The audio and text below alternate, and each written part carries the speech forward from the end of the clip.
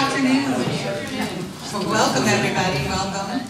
My name is Mary Angela Saavedra. I'm the director of the Center on the Hill. Thank you all so much for joining us for the Forum on the Hill. It's very nice to see so many faces out there today. Thank you for making time in your day to come listen to our guest, who I'm very pleased to introduce for you. We are excited to welcome Dr. Jason Karlawish. He's a professor of medicine and medical ethics and health policy and neurology at the University of Pennsylvania Perelman School of Medicine. He is the author of The Problem of Alzheimer's: How Science, Culture, and Politics Turned a Rare Disease into a Crisis and What We Can Do About It. His research focuses on aging, neuroethics, and policy.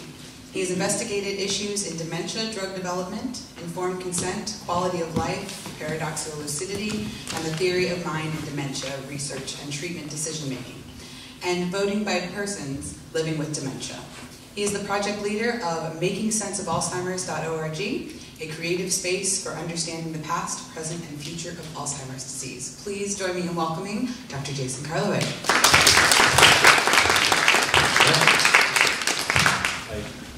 Things so that I could pull this chair as close to you as possible without. This is almost ritualistic, the social distancing at this point, but saying that in a Presbyterian church is probably the wrong thing.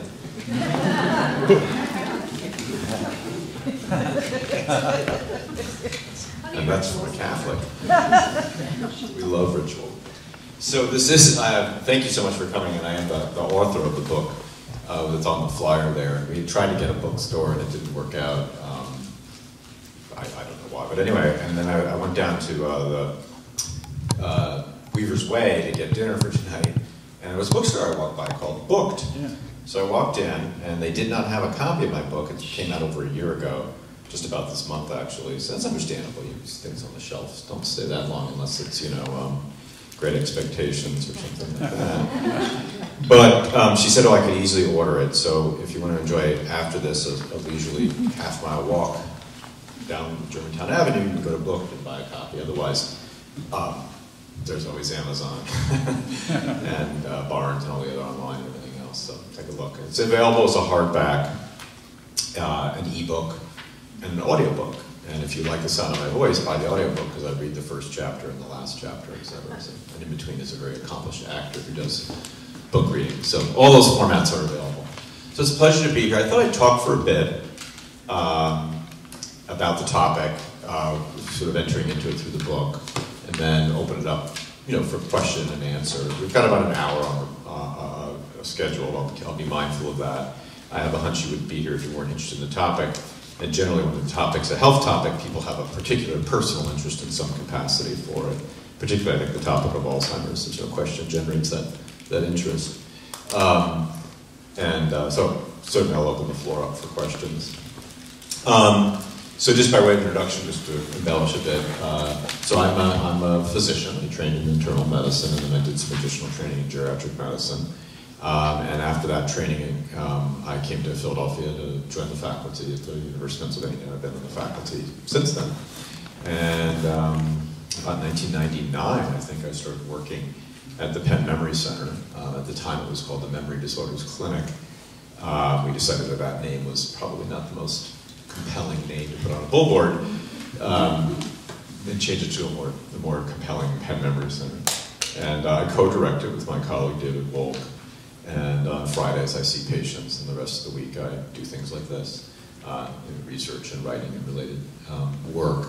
And much of the work that I've done, some of it is certainly present in the book, and the working on the book is actually what sort of certainly fits within that academic work. I teach a class called the Alzheimer's Crisis in the Public Health Master's Program. So that's just a bit about me and what I do. And I probably worked on this book for at least in the idea of it for about 10 years, maybe a little wee bit less than that. And its earlier idea of it was much more kind of narrative autobiographical. And over time, that idea faded away, I think, thankfully, into a book that was more kind of a combination of narrative work as a physician at the Memory Center, but also historical, that is to say, a take on the story of the disease.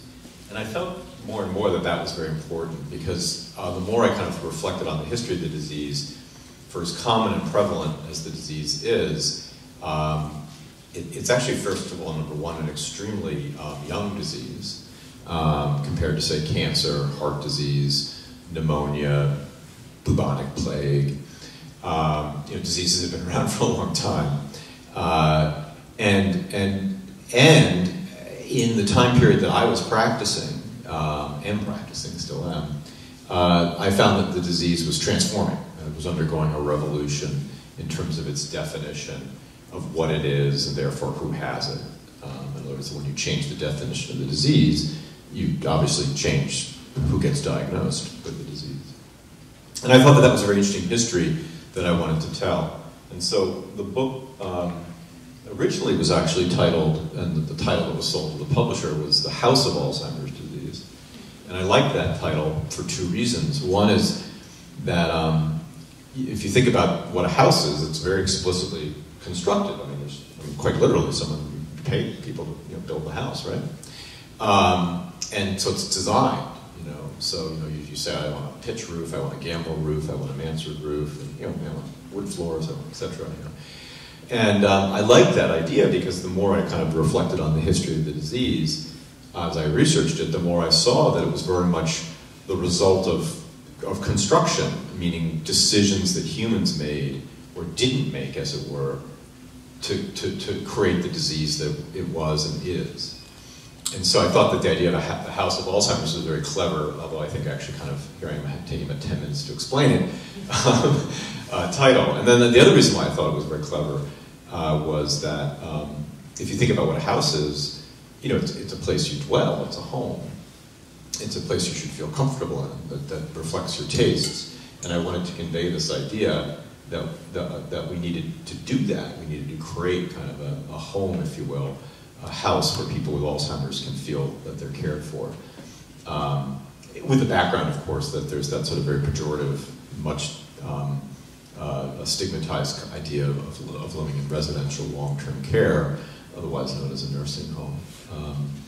And without jumping far forward into my remarks, I think nursing homes are essential. I just think we need to completely rethink the way we design and run them. So I think the rhetoric of keep people out of nursing homes, particularly people with Alzheimer's, is completely wrong. I don't support it whatsoever.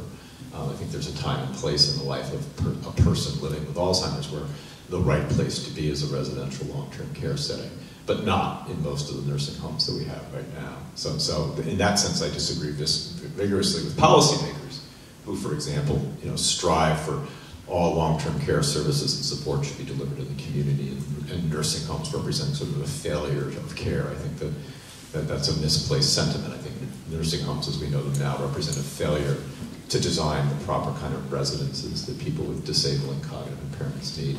I jumped far, far ahead there. The title of the book is The House of Alzheimer's, and actually I think part 3 of the book is called The House of Alzheimer's, so I said I retained that part.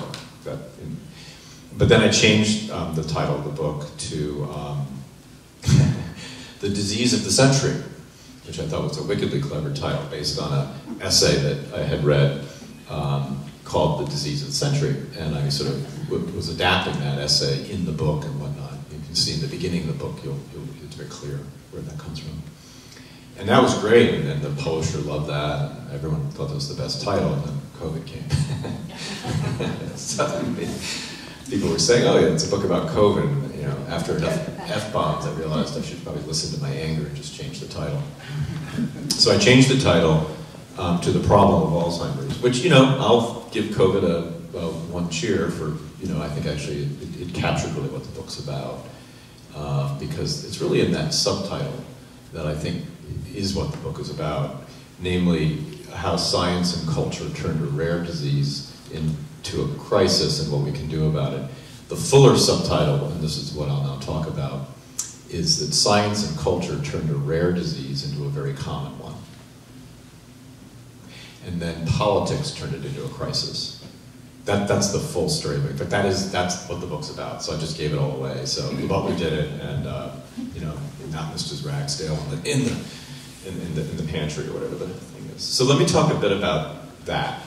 So once upon a time, but actually not that long ago, Alzheimer's disease incredibly rare disease. And that not too long ago is the last quarter of the 20th century. Here we are not even into finished the first quarter of the 21st century, so that's not that long ago, that if you were being trained in medicine writ large, you were taught in a medical school in America that Alzheimer's was a rare cause of dementia, and in people under 60, 65 years of age. And then if you were a smart student, or at least a curious student, you would say, well, what about all these old people in the hospital who are really quite confused and with families at wit's end about what to do about them? And the answer that we were told was, well, they have senility. And if you probe that, you would get various different kind of not quite sure what it is answers. But what most physicians, if they were sort of trying to be up to date, was it's just an extreme and certainly unfortunate stage of aging. So, and in medicine, saying something is caused by aging is a very important statement, because what you're saying is it's not caused by a disease. And that's an extremely important statement given by either medicine or society. But if you say that's aging, medicine will just walk away from it and say, well, then we don't have any interest in it because our interest is disease. That's what we diagnose and treat and research. And so by saying that older adults, like for example my great-grandmother, who died she died in the month that Elvis died, which was August I remember that. That's how you remember things. She had senility. She was 92 years old when she died. And, I mean, she looked at me one time, I remember, and said, who was that girl, for example. So that's how poorly she recognized me. But we said that Vi has senility, and that just meant extreme aging, just extreme unfortunate aging.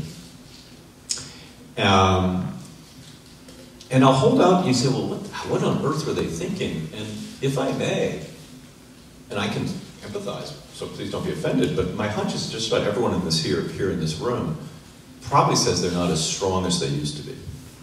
Maybe you have actually done a lot of exercise, and actually I was very unfit for much of my life and not quite fit, but for most of it, yeah, I don't have the same stamina, I can't run with the same swiftness that I used to run. I mean, I can empathize. I suppose I could train myself back to my mileage that I used to run, but I don't. But no one calls that loss of muscle mass that occurs as we enter our 6th, 7th, 8th decade a disease.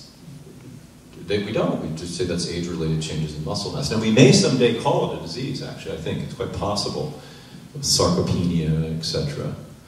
But for now, so that's why you think, oh, yeah, you're right, we don't. I mean, I don't show up to the doctor and say, well, you've lost a lot of muscle mass. You've got this disease called sarcopenia. Too bad.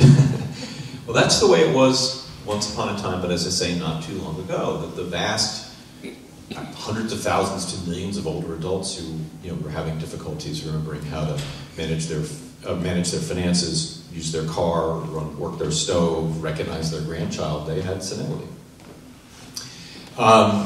And the story I'll tell about that is an interesting one, because it almost wasn't going to be that way. So I went to medical school in from 87 to 91, and that's what I was taught. So that's how late into the 20th century that was the sentiment. It didn't have to be that way, and it could have actually changed at some point in the mid of the 20th century, I think, and that's a speculation about the precise timing, that we would have called senility a disease.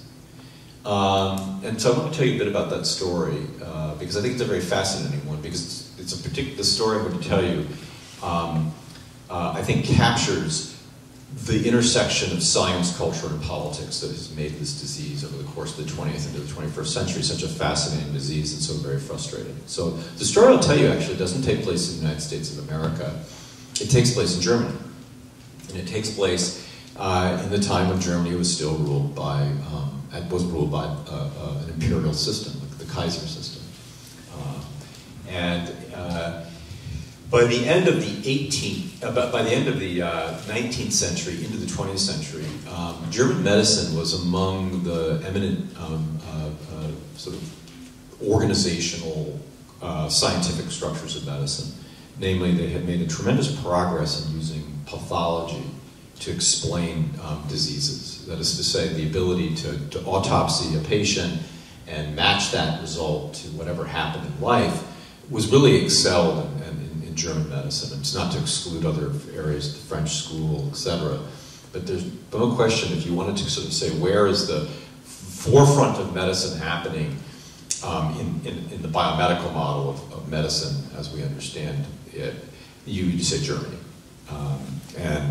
For example, Louis Virchow was a preeminent internist who also did pathology, who really revolutionized thinking about a host of different diseases, courtesy of his careful histories of his patients and then anatomic dissections of them after they died. He made a lot of progress, for example, in demystifying tuberculosis and showing how tuberculosis took these various fascinating forms of infection throughout the body.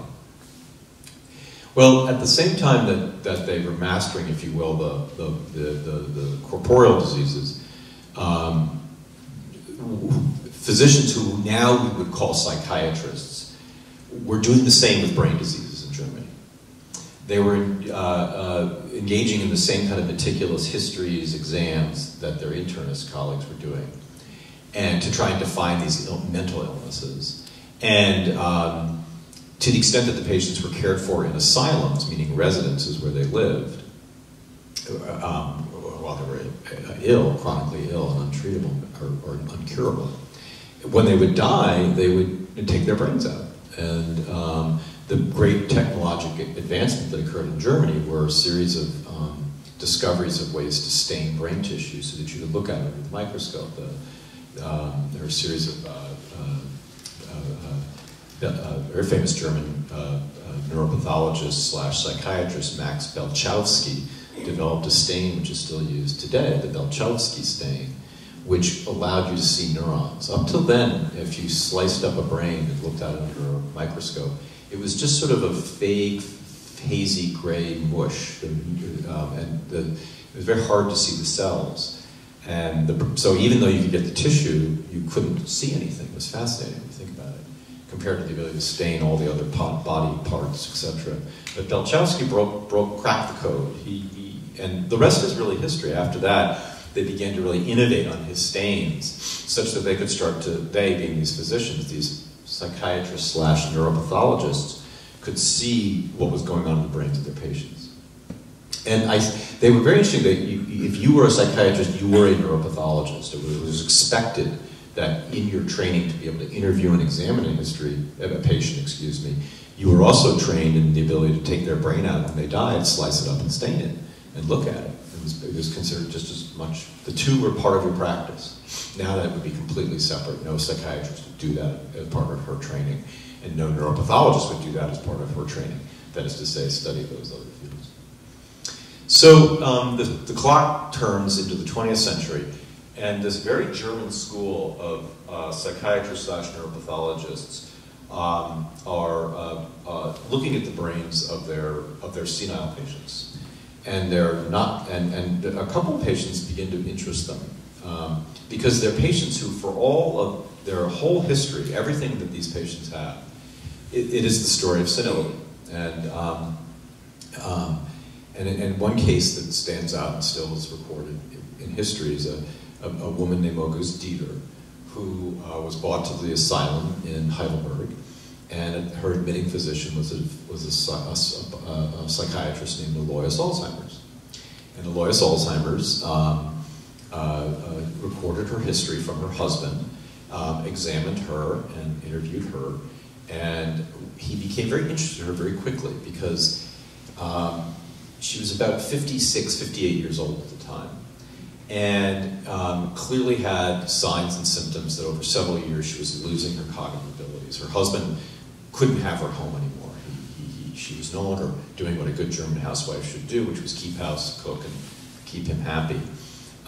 She was accusing him of infidelity with a neighbor, for example. And he was at his wit's end. He's like, what are the asylum? He said, I can't have her home anymore. Something's wrong with my wife. I don't know what it is.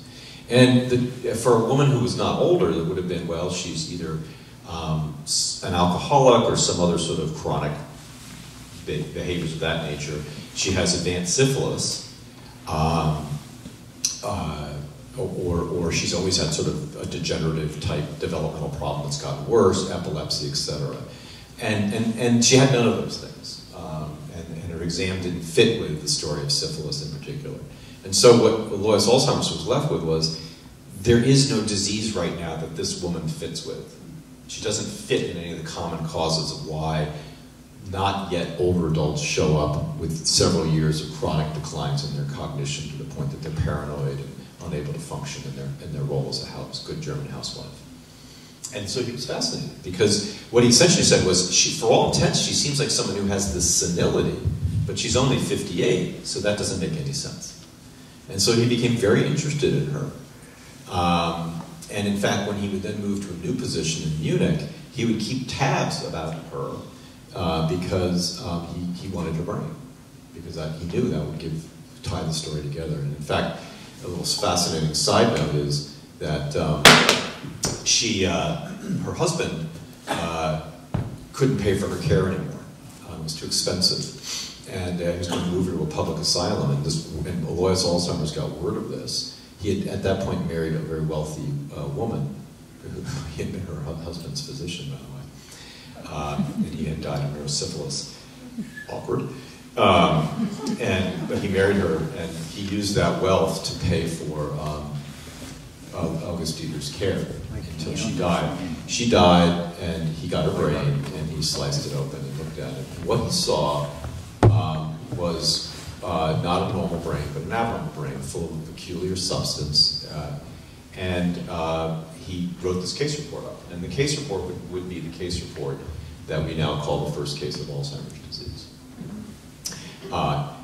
And the stereotype story there is that he was saying, well, this is this disease in young people, and all those people have senility. And that's what I was taught, as I told you. And that's actually not true.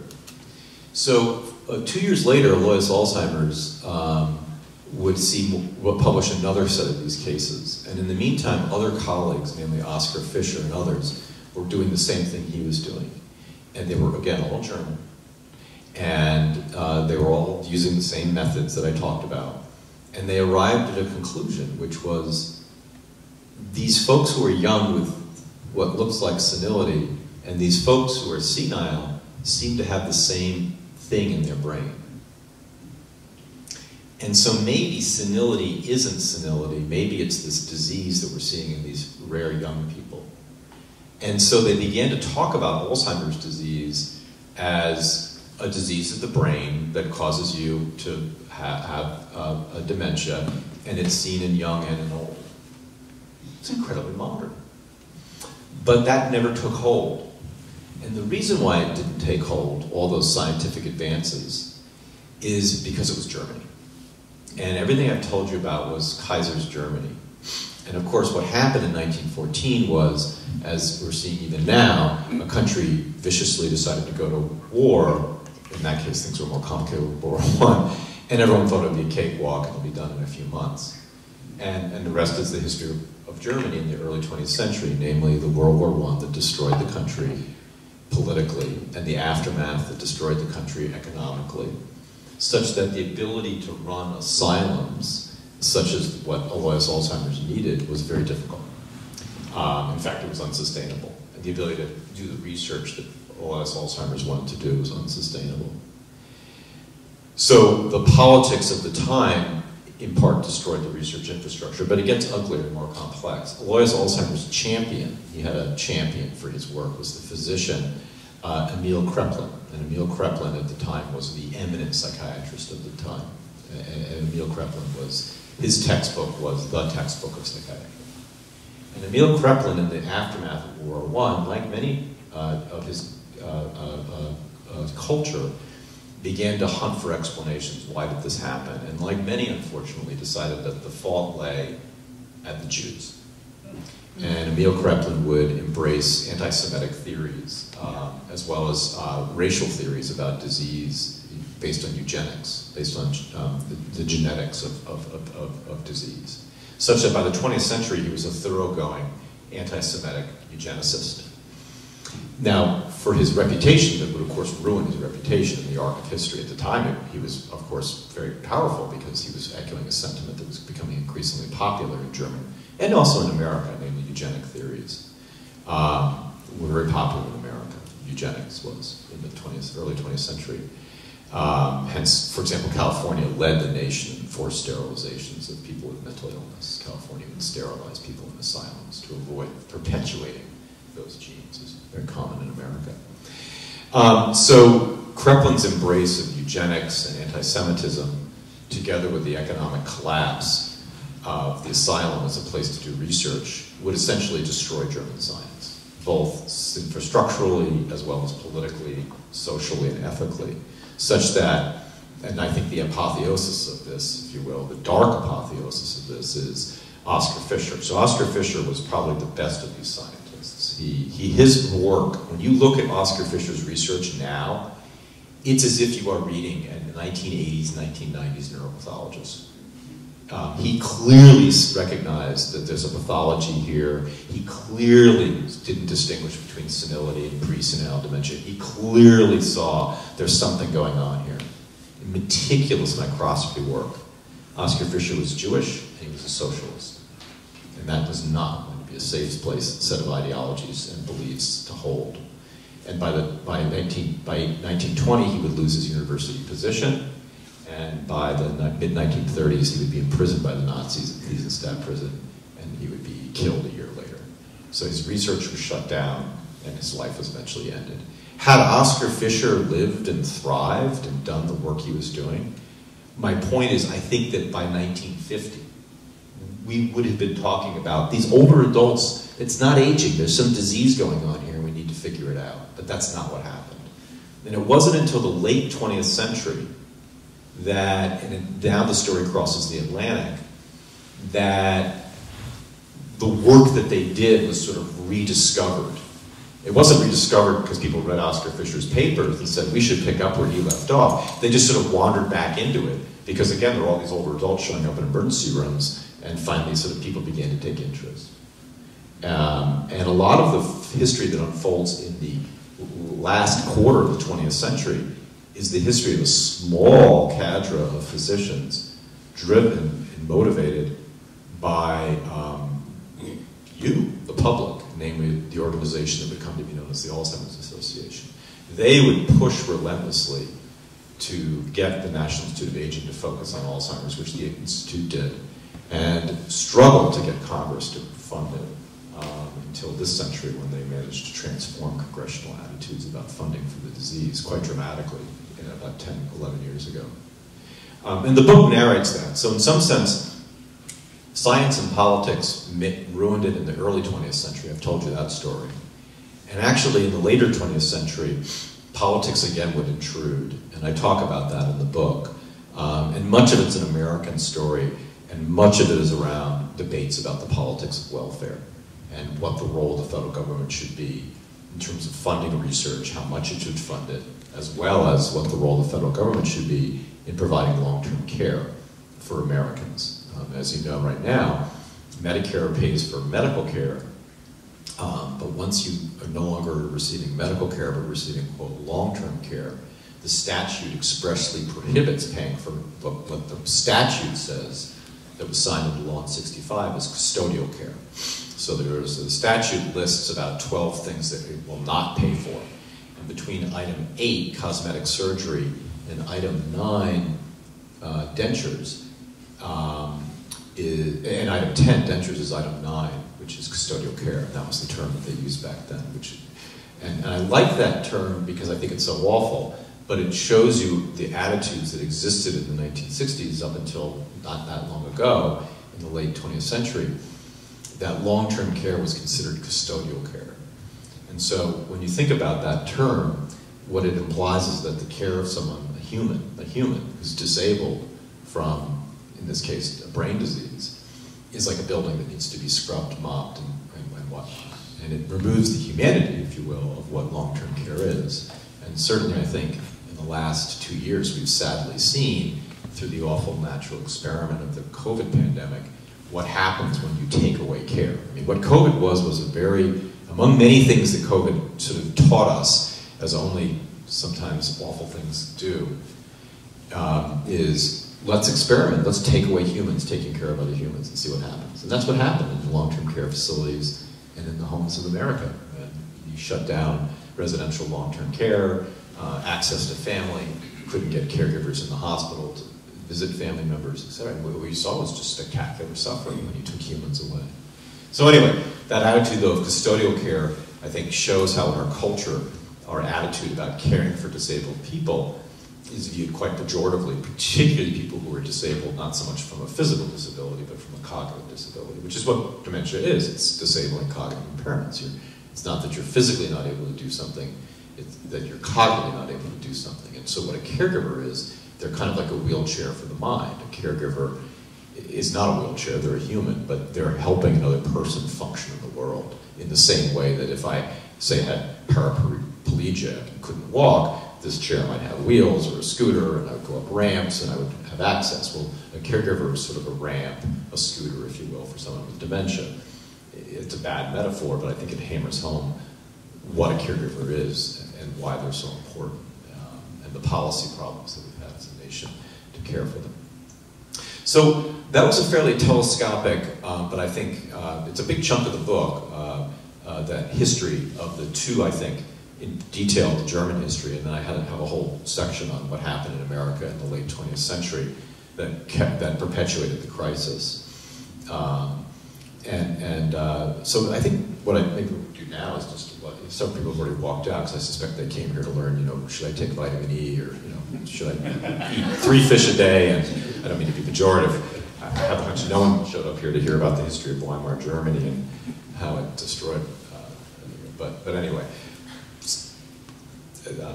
that's what you get when you talk to an author, or to listen to them. But let me open it up for questions, is what I'm rambling on, which is, my hunch is you've got some questions about the disease in general, and I'm happy to take them on. As simple as, like, the most common question is, what's the difference between Alzheimer's and dementia? I'm happy to answer that one, but I already saw a hand. Go ahead. Yes, I have read that Alzheimer's seems to affect women more than men. Yeah. And the second part of the question, I guess, is, when they were initially slicing open brains and looking into possible causes, did they also do this with women or only with men?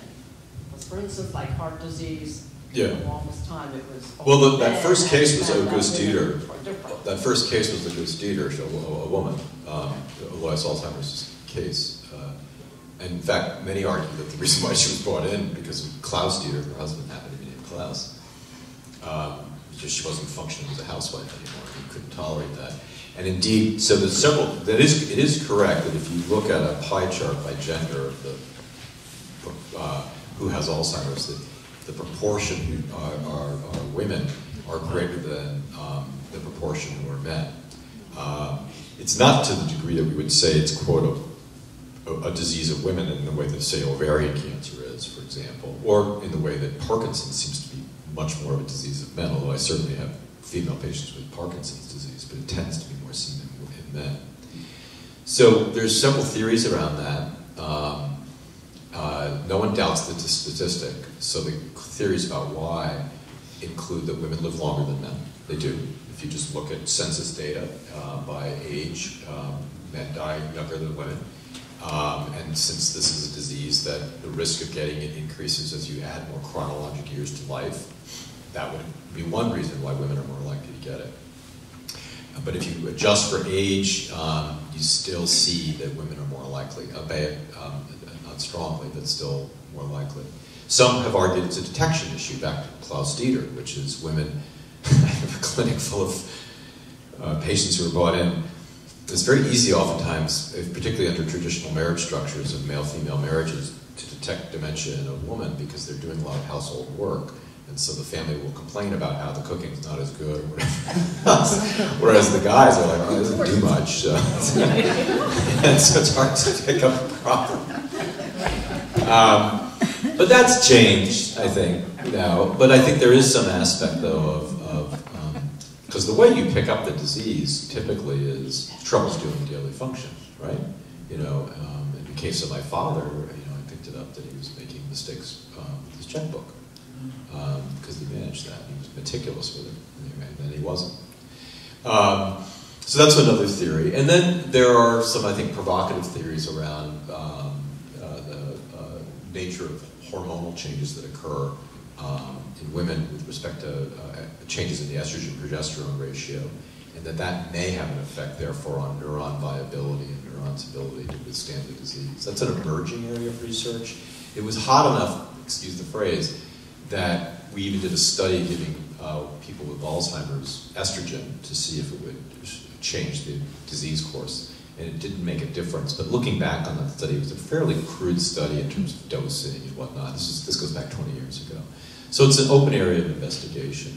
And I would not say that unlike heart disease, you're right. So the history of heart disease in America is a very interesting history where it was only guys got heart attacks. And so like literally they would do studies only on men. It was fascinating. A woman with chest pain was hysterical or had something else. I mean, it was fascinating. It was actually bizarre.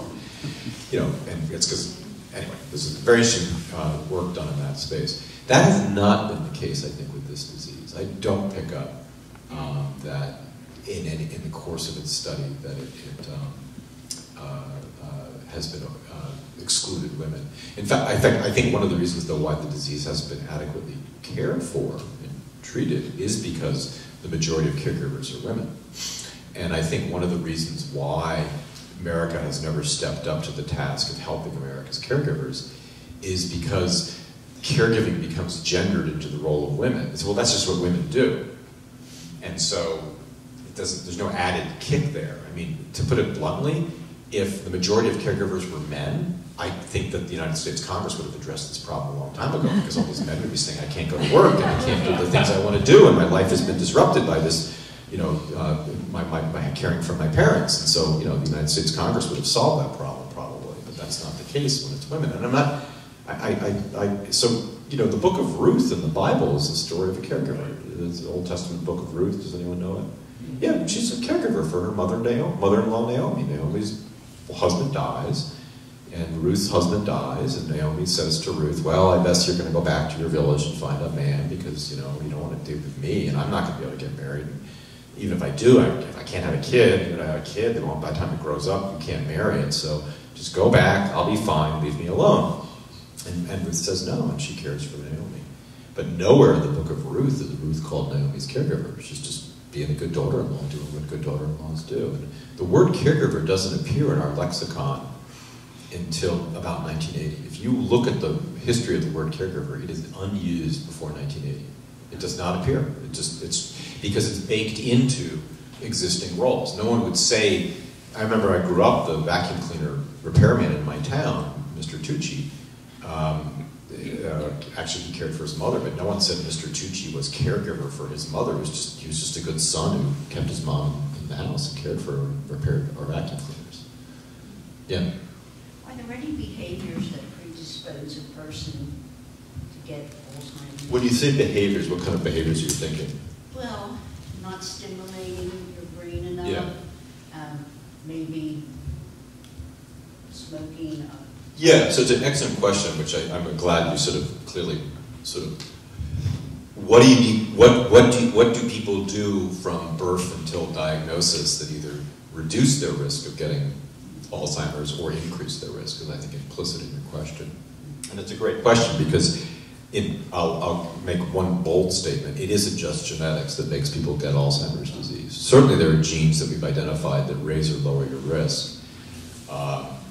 But this is not a disease that is foretold in your genes, the way, say, sickle cell anemia is foretold in your genes, or Huntington's disease is foretold in your genes, for example. So then it says, well, what else is it then that causes it? And I'll give you an overarching piece of fact and then a piece of advice. So the fact is that since at least the 1970s, because that's how far back the studies go, in most developed nations, meaning industrialized, post-industrial, really, I guess is what we are now, nations, studies that have looked at the risk of getting dementia have shown that the risk of getting dementia has actually declined steadily since the 1970s, meaning you're less likely to get dementia now than you were in 1970, 1980, 1990. So what are you talking about? Like, there's all these people who have dementia caused by Alzheimer's and other diseases. And the answer is there are fewer of them than we thought. And the reason why there's still lots of people with it is because there are lots of older adults, and old age is a chief risk factor. And so then the next question is, well, why is it that there's the risk of developing dementia has been declining? That's interesting, because I can't prescribe a treatment that I can say with confidence reduces the risk. I don't have a statin, if you will, like you take a statin or a blood pressure. And so this gets to your question. So clearly we're doing something to reduce our risk of getting dementia because the risk has dropped. And the answer there becomes very fascinating. So the piece of advice I'll give you, if you use the internet, or you have a friend who can get you to the internet, is to go to a website called the Global Council on Brain Health. Global Council on Brain Health. See, the guy that left, this is what he wanted. I have the internet. Well, as he left, so he doesn't know this. That's why he's going to go get dementia. So, that was rude, but anyway. So Global Council on Brain Health is run by AARP, and what they did was they looked at the data, the talk that's out there about things that do or don't preserve brain health. And they really went through all those activities and looked at the literature to summarize what do we know does or doesn't preserve brain health. And it isn't a shocking list of things that I think are validated. A regular exercise habit, good cardiovascular health, relative preservation of mental health over the adult life course, in other words, individuals who've managed to deal with stress and depression, a reasonably good sleep architecture. Some of us need 12, some of us need 8, some of us need 4 hours, but reasonably good sleep architecture. That's the kind of things that you'll see have been shown to reduce the risk. Probably one of the biggest drivers for brain health, though, is heart health. In other words, maintaining and reducing and or otherwise, reducing heart risk factors or otherwise maintaining heart health has been shown to consistently reduce the likelihood of getting dementia. So I keep on saying dementia, not Alzheimer's, and I owe you a clear term. So dementia, disabling cognitive impairments. So previously the person was cognitively unimpaired, functioning in life as best as they could, getting on in life, coming home going, what do I want for dinner? Deciding, cooking it, cleaning it up, etc., or saying I'm going to go out, driving to the place, getting the menu, ordering, paying the chip bill, putting a tip. Dementia means some troubles doing some of those things. You know, can't figure out how to drive, can't manage my checkbook to pay, can't put a meal together. The most common cause of dementia is the disease called Alzheimer's disease, which is what Alois Alzheimer's was looking at when he was looking under the microscope, etc. There are other diseases that cause dementia. The one that I think is getting more and more attention is a disease called Lewy body disease, which Robin Williams had, the comic actor. And it's a very different disease. It has a very different set of signs and symptoms, and different pathology when you look in the brain. And so that's the difference between Alzheimer's and dementia, which I think is an important distinction to make sure you know. Yeah? And so I'm curious, when the scientists were sort of picking this back up in the 80s or 70s. It's pretty much the 80s. It starts in 1980. Yeah. And they started dissecting brain and I guess seeing the plaques and tangles exactly. and all that stuff. Yeah. Were they able to look, were any of the previous brains or drawings still available from Germany? So could they compare? Yeah, they did. In fact, they found Auguste Dieter's tissue. They did? They found her brain slices and have looked at them. And she actually had one of the genes. She had one of the presenilin genes. And they've seen her tissue. She certainly has plaques and tangles, yeah. And then all the papers are still there. Oscar Fisher's papers, you can get them out of an archive. They're published in a German medical journal. Yeah. Yes? I have another question. Sure. I know it can't treat Alzheimer's. What do you think of Prevagen for regular women? I think whoever makes Prevagen, well, I give him or her credit, but I wish he would find something else to do. Prevagen is a waste of your money. They couldn't show that it treated Alzheimer's cognitive problems, and they were able to repackage it as a nutraceutical. And under FDA rules, if something is a nutraceutical, FDA won't review it, but for safety issues. So that's why they can advertise it for the treatment of memory. But save your money on Prevagen. Oh, okay. take it, buy my It's book. expensive too. Yeah, no, it's expensive. So I will take issue with one of your statements, not gently take issue. Alzheimer's disease is treatable. You're right, I can't give a drug that I know targets the disease, but I can educate and train a family and my social work team and a patient to better live with and make sense of the disease. And I will tell you, when we do that, the patients do much better and the families do much better. Isn't Pfizer developing a medication to stall progression of the disease? Pfizer, Roche, Lilly, Biogen, they all are working on drugs. It's a very hot area of research right now, very hot area. And I think I'll make a prediction before I think within 10, 20 years, I'm giving a wide time frame because I think it's unfair to give people anyway. I think that I will be prescribing drugs that I can say with confidence slow the disease down. I do think, and I lay this out in the book, and I think most of my colleagues agree, the more we study the brains of people with dementia, the more we see it's a complicated set of diseases.